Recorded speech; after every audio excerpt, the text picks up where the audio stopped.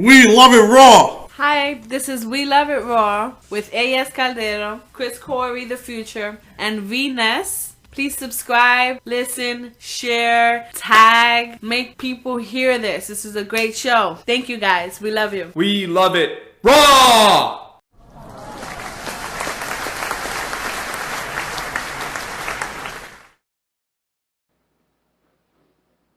With the road to SummerSlam getting intense, what do we have in store leading up to what is being billed the biggest night of the summer?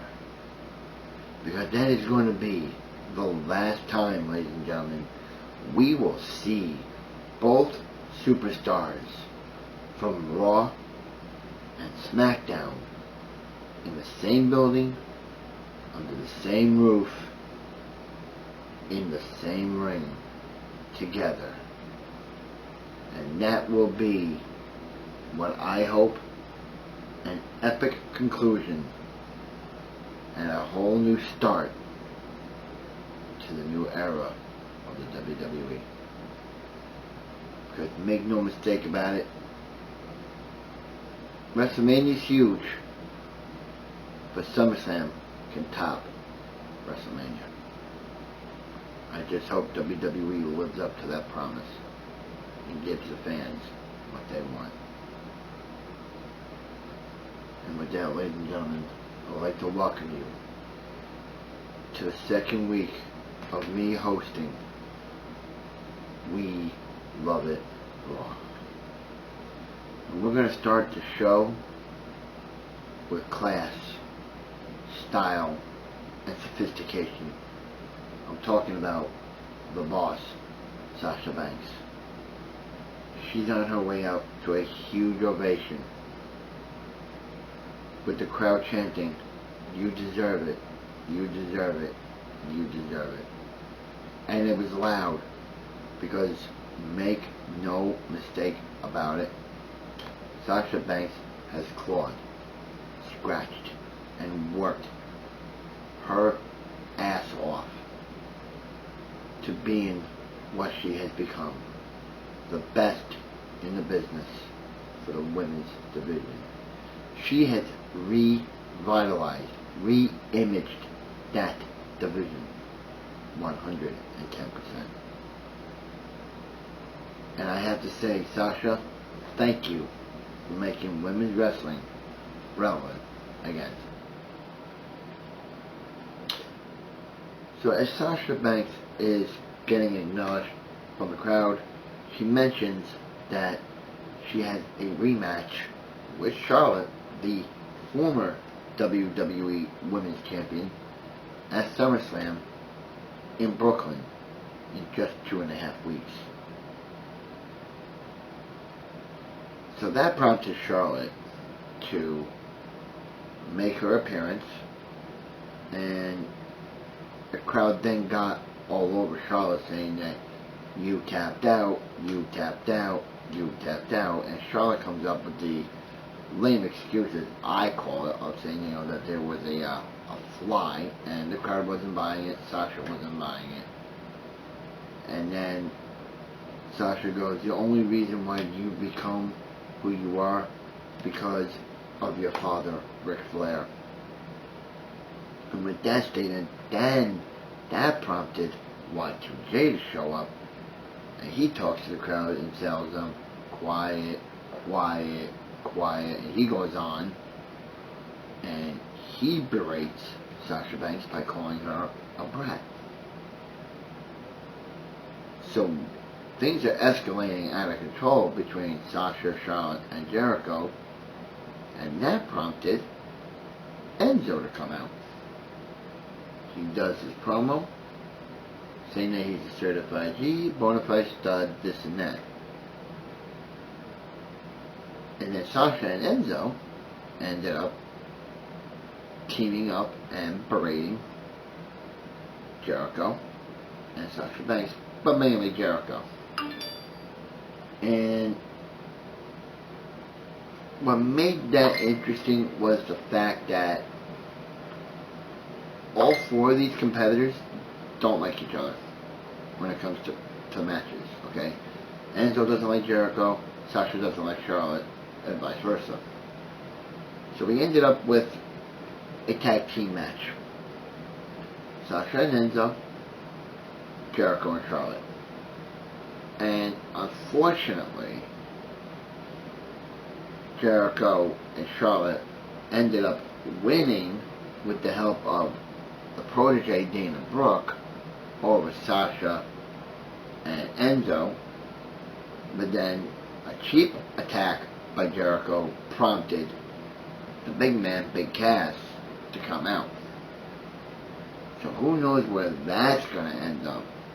Okay, are we going to see a one-on-one match? Are we going to see a two-on-one match? Who knows? I'm hoping we see something leading up to SummerSlam. I just pray. Because I want to see something like that. Alright? So then we go on to Finn Balor. Now, Finn Balor is another individual, ladies and gentlemen, that has scratched and clawed and worked his ass off to being who he is. But he has done it all over the world. He did it in Japan. He's done it wherever. NXT, now here at the WWE level. And he had to win 2 matches on Monday Night Raw last week. He won a fatal 4-way, and then he ended up beating Roman Reigns.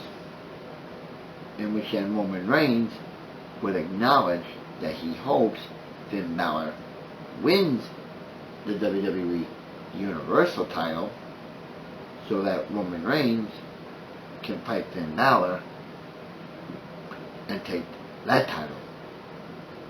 So you see where that's going, okay? That's already starting to get heated. And Michael Cole is doing an in-ring interview to Finn, and Finn's basically saying he's prepared.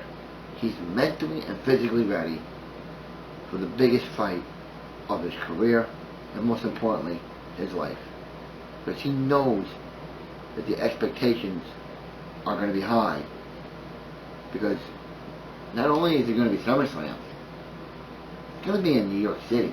It's going to be in Brooklyn. So you know that the fans of the greatest city on the world and in the planet expect nothing but the best. And Finn Balor promises to make that night special because he wants to win that title.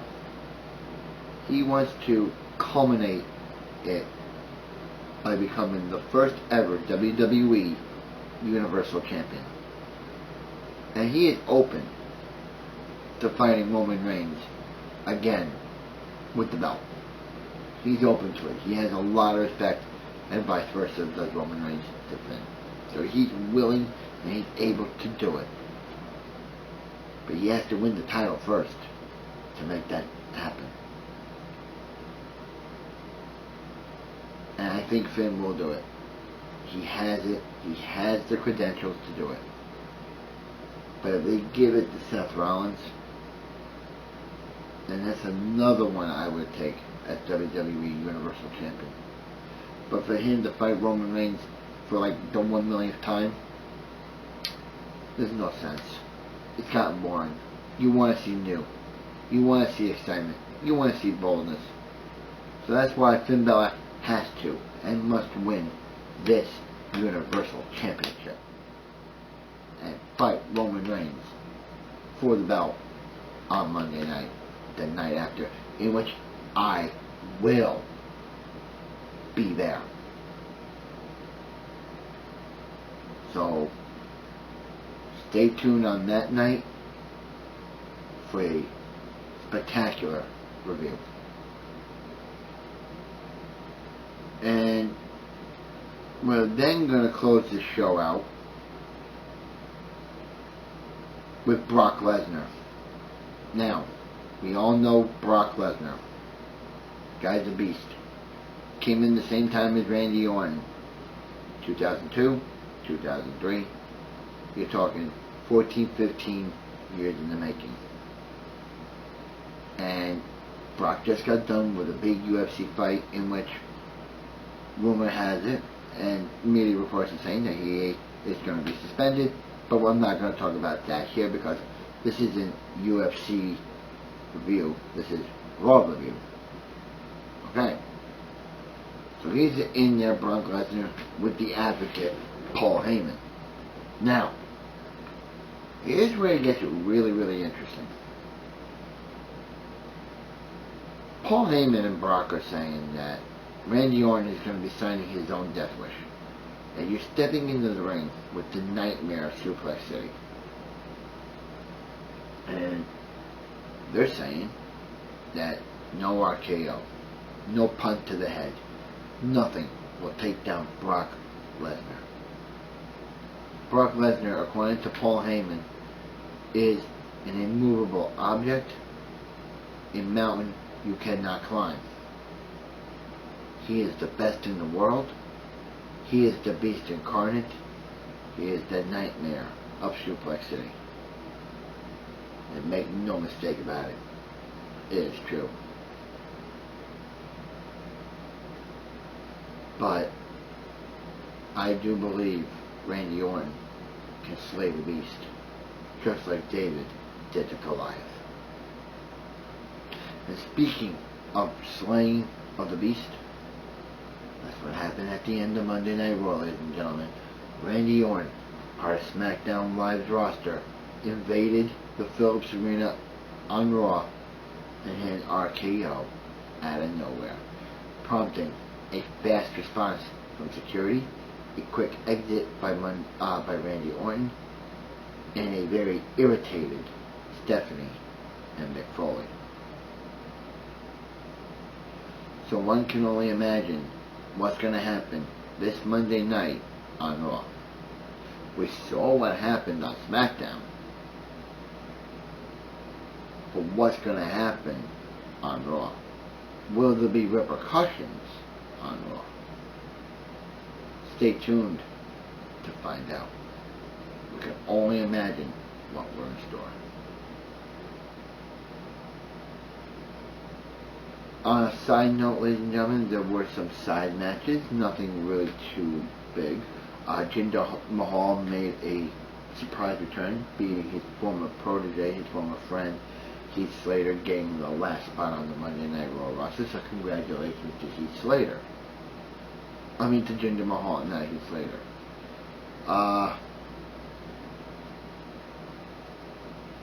Not much really else to really talk about because there really wasn't much going on Monday Night Raw. It was a slow show, but what you heard on this show is what happened.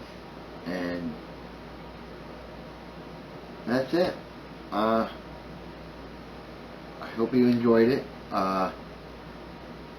Just want to go now to end the show, and I just want to say to all the fans out there that listened to this podcast last week, thank you very much for making it the #1 podcast in social media history.